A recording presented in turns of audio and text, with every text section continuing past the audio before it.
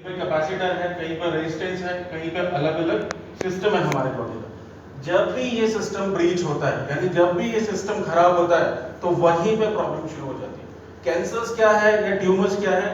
इस सिस्टम में ब्रीच ही कैंसर और ट्यूमर है, राइट। इस पूरे बॉडी में इलेक्ट्रॉन्स फ्लो कर रहे हैं, और जब वो इलेक्ट्रॉन्स कम या ज्यादा हो जाते हैं तब ये प्रॉब्लम होना शुरू हो जाती है। जैसे देखेंगे कि हमारी, जैसे आप देख पा रहे हो, ये 3 सेल लगे हुए हैं। जैसे हम बैटरी में सेल डालते हैं तो पॉजिटिव नेगेटिव ऐसे कनेक्ट करते हैं। सेम मैनर में हमारे बॉडी में भी ये सारे कनेक्शंस हैं।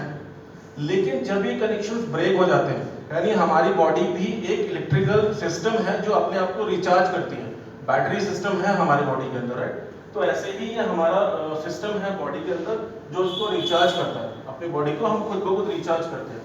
तो देखेंगे पहला शब्द आप देख पा रहे हैं कि हीलिंग इज वोल्टेज, राइट। मैं बोल रहा हूँ कि हमारी बॉडी में जो भी हीलिंग होगी, यानी जो प्रॉब्लम हुई है उसको वापस से सही करने के लिए हमें एक वोल्टेज रिक्वायर्ड। उस वोल्टेज के बिना हम उस प्रॉब्लम को सही नहीं कर सकते, राइट। तो देखेंगे our cells are constantly wearing out, यानी हमारे सेल बिल्कुल बन रहे हैं, टूट रहे हैं, दोबारा से बन रहे हैं, खराब हो रहे हैं। ये कंटिन्यूस प्रोसेस है बॉडी का, इसीलिए हम ग्रो भी कर रहे हैं और उसी प्रोसेस से हम वापस बूढ़े भी हो रहे हैं, बीमार भी हो रहे हैं। तो देखेंगे जैसे अगर एक आइस का एक मैकुलर सेल की बात करें तो वो हर 48 घंटे में बन जाता है, हर 48 आवर्स में वो वापस से बन जाता है। लेकिन अगर कहीं बॉडी में वोल्टेज का प्रॉब्लम हुआ तो ये वापस से नहीं बन पाएगा, तो हम उसे बोल देंगे कि अब यहाँ पे प्रॉब्लम हो गई है, राइट। तो नीचे आके देखेंगे तो लाइनिंग ऑफ इंटेस्टाइन हर 3 दिन में रिप्लेस हो जाती है। वो हमें बाहर से नहीं पता चल रहा है, बट इट इज हैपनिंग। जैसे देखेंगे skin is replace by the 6 week, यानी 6 वीक में हमारी स्किन रिप्लेस हो जाती है, right. In the same manner liver is replaced in 8 week, 8 हफ्तों में हमारा लीवर भी रिप्लेस हो जाता है। वो हमें नहीं पता चल रहा, दैट इज डिफरेंट मैटर। तो nervous system is also replace in 8 months. ये मैं कुछ चीजें बता रहा हूँ कि रिप्लेस हो रहा है। अभी क्यों रिप्लेस हो रहा है, इसके पीछे क्या साइंस है वो हम देखेंगे। हमारे जो हेल्दी बॉडी है, जो हमारे सेल्स हैं, वो -25 मिलीवोल्ट पे डिजाइन हुए रन करने के, right. This is for adult. अगर हम बच्चों की बात करेंगे तो जैसे ये देखिए, ये है चार्ट जिसमें हम देख सकते हैं कि -50 सबसे ऊपर है, जिसमें 7.88 pH है। हमारे हर वोल्टेज का pH से बहुत कनेक्शन है, या पॉजिटिव होगा तभी pH से कनेक्शन है, नेगेटिव होगा तभी pH से कनेक्शन है, राइट। तो देखेंगे -50 मिलीवोल्ट यानी लगभग 7.8 pH, यानी अल्कलाइन, राइट। 7 से ऊपर सारी चीजें अल्कलाइन है। तो यहाँ पे क्या होता है, बॉडी के नए सेल्स बनते हैं। अगर किसी तरीके से हमारे बॉडी में ये -50 मिलीवोल्ट नहीं जा रहा है तो हम क्रोनिक डिजीज के लिए सफर करेंगे, जैसे कैंसर हो गया, शुगर हो गया, थायराइड हो गया, आर्थराइटिस हो गया, सारी चीजें। अगर यही आपके जैसे किड्स की बात करें तो उनको -35 मिलीवोल्ट चाहिए, because they are in a growing stage, इसलिए इनको ज्यादा वोल्टेज चाहिए।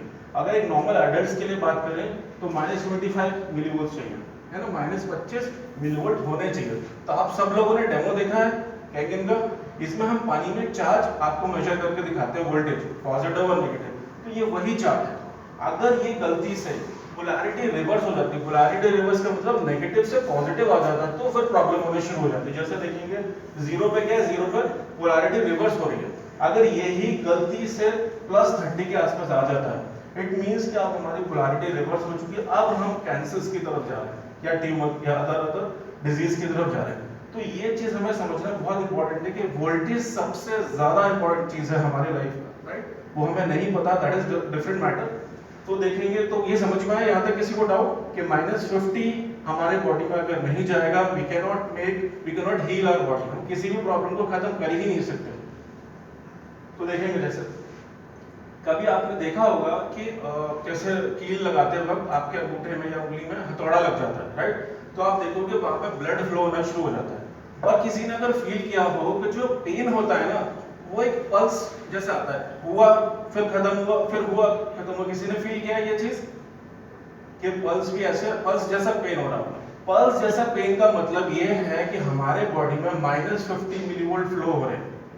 इट मींस हमारे बॉडी में वो वोल्टेज है जिसको हम हीलिंग के लिए लेके आ सकते हैं। तो वो -50 मिलीवोल्ट फ्लो हो रहे हैं। अगर आपको पेन कंटिन्यूस है, कोई भी ऐसा सेंसेशन नहीं हो रहा, इट मींस आपके बॉडी में वोल्टेज नहीं है, आपकी बॉडी लैक कर रही है उस वोल्टेज से, और वो प्रॉब्लम इतनी जल्दी सही नहीं होगी जब तक वो वोल्टेज आपकी बॉडी में नहीं आएगा, राइट। ओके, तो आप लोगों ने बहुत मिथ सुना होगा या आप सुनोगे जब आप ये पानी से कनेक्ट कर रहे हो कि हमारे पेट में एसिड होता है, राइट, जिसे हम तेजाब भी बोलते हैं, जो खाना पचाने का काम आता है। तो बहुत लोग का ये मिथ होता है कि भाई अगर पेट में एसिड है और आप मुझे अल्कलाइन पानी पिला दोगे तो पानी तो न्यूट्रल, आई मीन एसिड तो न्यूट्रलाइज हो जाएगा। ये किस किस का डाउट है? किसी को डाउट है इसमें? बाकी सबका क्लियर है? तो मुझे आप बता सकते हैं कि इसका आंसर क्या है अगर क्लियर है तो, कि अगर ये एल्कलाइन वाटर हमारे एसिड को मिल जाएगा तो क्या वो न्यूट्रलाइज कर देगा? आप मुझे बता सकते हैं? नहीं, न्यूट्रलाइज नहीं।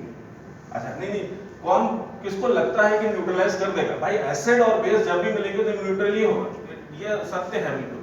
तो ऐसा क्यों नहीं हो रहा है कि जब हम एल्कलाइन वाटर पी रहे हैं तो वो हमारे जो हाइड्रोक्लोरिक एसिड है हमारे बॉडी में उसको न्यूट्रलाइज क्यों नहीं कर पा रहा है, या क्या कर पा रहा है?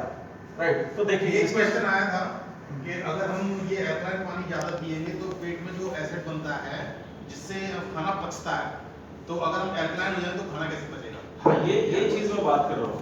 इसका मतलब ये है कि पानी पीने के बाद आपका पेट खराब हो जाना चाहिए, है ना, आपका डाइजेशन इम्प्रॉपर हो जाना चाहिए। लेकिन ऐसा होता है क्या जिसने पानी पिया है? ऐसा होता है क्या? नहीं होता। इसके पीछे एक साइंस है। सही हो, जो हम बात कर रहे हैं वो बिल्कुल सही है, लेकिन ये साइंस अलग है। देखेंगे कि जब हम खाना खाते हैं कोई भी एल्कलाइन या पानी पीते हैं एल्कलाइन, तो क्या होता है कि हमारे पेट में जो एसिड की बात कर रहे हैं हाइड्रोक्लोरिक एसिड, वो 2 pH पे होता है, राइट, यानी 2 pH लगभग 280 मिलीवोल्ट पे होता है, पॉजिटिव 280 मिलीवोल्ट पे वो होता है। सिर्फ स्टमक की बात कर रहा हूँ। तो जैसे ही हमने खाना खाया तो क्या हुआ कि हमारा बॉडी वो HCl को प्रोड्यूस करेगा, राइट, HCl हमारे 2 pH पे आ जाएगा, राइट। तो जैसे देखिए ये एक इक्वेशन है, जब भी हम खाना खाएंगे तो HCl कैसे प्रोड्यूस होगा? थोड़ा सा टेक्निकल है, प्लीज समझिएगा कि NaCl यानी सोडियम क्लोराइड यानी salt plus H2O plus CO2 यानी पानी प्लस कार्बन डाइऑक्साइड, जब ये मिलेगा तो प्रोड्यूस होगा HCl NaHCO3। ये बहुत इंपॉर्टेंट फिगर है, NaHCO3 ये क्या है? Sodium bicarbonate. इसे हम बफर बोलते हैं, इसका ही सारा रोल है, राइट। तो ये सोडियम बाइकार्बोनेट भी बीच में आता है, यानी पानी, एसिड और ये सोडियम बाइकार्बोनेट, ये सबसे इंपॉर्टेंट चीज है, राइट। तो ये बेसिकली है क्या? Sodium bicarbonate. सोडियम बाइकार्बोनेट एक बफर है, राइट, जो कि इलेक्ट्रॉन प्रोड्यूस करता है हमारे बॉडी में, इलेक्ट्रॉन सप्लाई करता है, यानी वोल्टेज सप्लाई करता है हमारे बॉडी में, राइट। बफर क्या होता है? बफर वो सॉल्यूशन होता है जो हमारे पीएच को रेजिस्ट करता है। जैसे ही हमने एल्कलाइन वाटर पिया, रोल आ जाएगा सोडियम बाइकार्बोनेट का। अगर सोडियम बाइकार्बोनेट नहीं बनेगा हमारे बॉडी में तो जो आप बात बोल रहे हो वो सही हो जाएगी कि जैसे ही हम एल्कलाइन पानी पिएंगे हमारा एसिड न्यूट्रलाइज हो जाएगा, यानी डाइजेशन इम्प्रॉपर हो जाएगा, राइट। लेकिन बीच में रोल आता है NaHCO3 यानी सोडियम बाइकार्बोनेट आता है, राइट। तो ये बफर क्या करता है कि जब भी हम व्हेन स्टमक मेक HCl, जब भी हम कोई चीज खाते हैं, जैसे खाना खाया तो HCl आया, तो जब भी HCl बनेगा उसके साथ बफर और सोडियम बाइकार्बोनेट बनेगा। देखिए NaCl प्लस H2O, जब भी हम खाना खाएंगे तो ये रिएक्शन बॉडी में होगी, स्टमक में होगी। पहला है NaCl plus H2O plus CO2, ये मिलके बनाएंगे hydrochloric acid plus NaCH CO3, जिसे हम सोडियम बाइकार्बोनेट बोलते हैं और जिसे बफर भी बोलते हैं। बफर वो चीज होती है जो आपके पीएच को चेंज नहीं होने देती, वो रेजिस्ट करती है उस पीएच को, राइट। कैसे करेगी मैं बताता हूँ कि जब हम ये पानी या खाना कुछ लेंगे खाएंगे तो क्या होगा कि जो हमारा सोडियम बाइकार्बोनेट है ये इलेक्ट्रॉन डोनर है, ये हमारे बॉडी में इलेक्ट्रॉन को डोनेट करता है जब भी हम खाना खाएंगे, राइट। तो जैसे ही हमने खाना खाया क्या हुआ कि हमारा स्टमक वापस से जैसे हमने एल्कलाइन पानी पिया, जैसे कि पानी का एग्जांपल लेते हैं, हमने पानी पिया, हमारे पेट का पीएच है 2 यानी एसिड है, और एल्कलाइन तो हमारा 8 या 9 के आसपास है। तो क्या होगा कि जैसे ही वो पानी पेट में गया, वापस से क्या होगा, जब हमारी बॉडी सेंस करेगी कि यार मेरा हाइड्रोक्लोरिक एसिड तो न्यूट्रलाइज हो रहा है क्योंकि मैंने एल्कलाइन पानी पिया है, तो बॉडी क्या करेगी, वापस से HCl को प्रोड्यूस करेगी। बॉडी वापस से अपना एसिड बढ़ा देगी ताकि उसको कम कर सके, और HCl बढ़ाने के साथ साथ वो सोडियम बाइकार्बोनेट को भी आगे प्रोड्यूस करेगी, है ना। तो सोडियम बाइकार्बोनेट जितना प्रोड्यूस होगा उतना इलेक्ट्रॉन्स बॉडी में ज्यादा जाएंगे, यानी उतना डाइजेशन हमारा अच्छा हो, ठीक है। आगे चलेंगे तो क्या होगा कि जब हम बाइकार्बोनेट हमारे बॉडी में जा रहा है तो ये हमारे HCl को भी प्रोड्यूस कर रहा है, ठीक है। अब क्या होता है कि जैसे हमने लेट्स से कि हमने ऐसा कोई फूड लिया जो एसिडिक नेचर ऑलरेडी है, जैसे हमने कोको कोला पिया, उसका पीएच ऑलरेडी 2.5 पीएच है, राइट? तो जब ये हमारे स्टमक में जाएगा तो हमारे HCl को 2.2 पीएच चाहिए, यानी 2.5 पीएच से 2 पीएच आने में बहुत कम HCl की रिक्वायरमेंट है, 8.5 से 2 के आसपास। बहुत बड़ा यूज डिफरेंस हो गया, राइट? तो क्या होगा कि अब हमारा HCl कम प्रोड्यूस हुआ, और HCl कम प्रोड्यूस हुआ तो सोडियम बाइकार्बोनेट भी कम प्रोड्यूस हुआ, और सोडियम बाइकार्बोनेट कम प्रोड्यूस हुआ तो जो इलेक्ट्रॉन की जरूरत थी वो भी कम होगी हमारे बॉडी में, राइट? अब क्या होगा कि जैसे ही ये HCl जब निकलेगा हमारे स्टमक से तो ये जाता है स्मॉल इंटेस्टाइन में, ये स्मॉल इंटेस्टाइन में एंटर करेगा, और स्मॉल इंटेस्टाइन एसिड को नहीं ले सकता, उसको एल्कलाइन चीजें चाहिए, है ना? तो वापस से क्या होगा, जैसे अगर हम देखें, ठीक है, तो यहां देखेंगे तो हमारा जो स्मॉल इंटेस्टाइन है वो हमारे HCl को मतलब झेल नहीं सकता, उसे बेयर नहीं कर सकता। तो क्या होगा, हमारा जो पैनक्रियास है वो वापस से बाइकार्बोनेट को बनाएगा, और जैसे ये देखेंगे ये, तो ये जो आपने पिछला रिएक्शन देखा कि NaCl + H2 और सोडियम बाइकार्बोनेट, अब आप पैनक्रियास क्या करेगी, इस इक्वेशन को उल्टा कर देगी। क्यों कर देगी मैं बताऊं।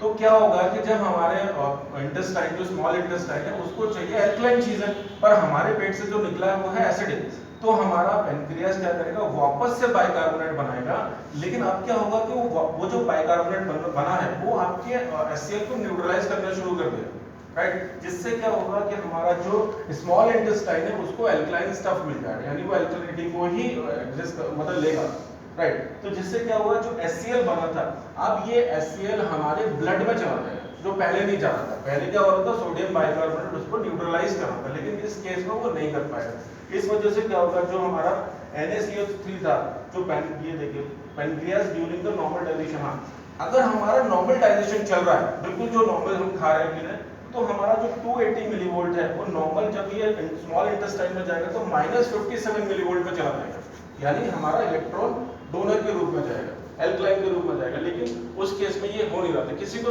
डाउट तो नहीं है, इसमें समझ में आया, क्लियर है? अब मैं थोड़ा लेकिन समझ नहीं, हम एसिडिक चीजें लेंगे तो सोडियम बाइकार्बोनेट कम बनेगा, और सोडियम बाइकार्बोनेट कम बनेगा तो प्रॉब्लम होगी, प्रोसेस रिवर्स हो जाएगा।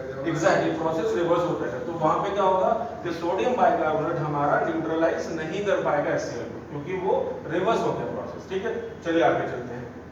तो अब एक और चीज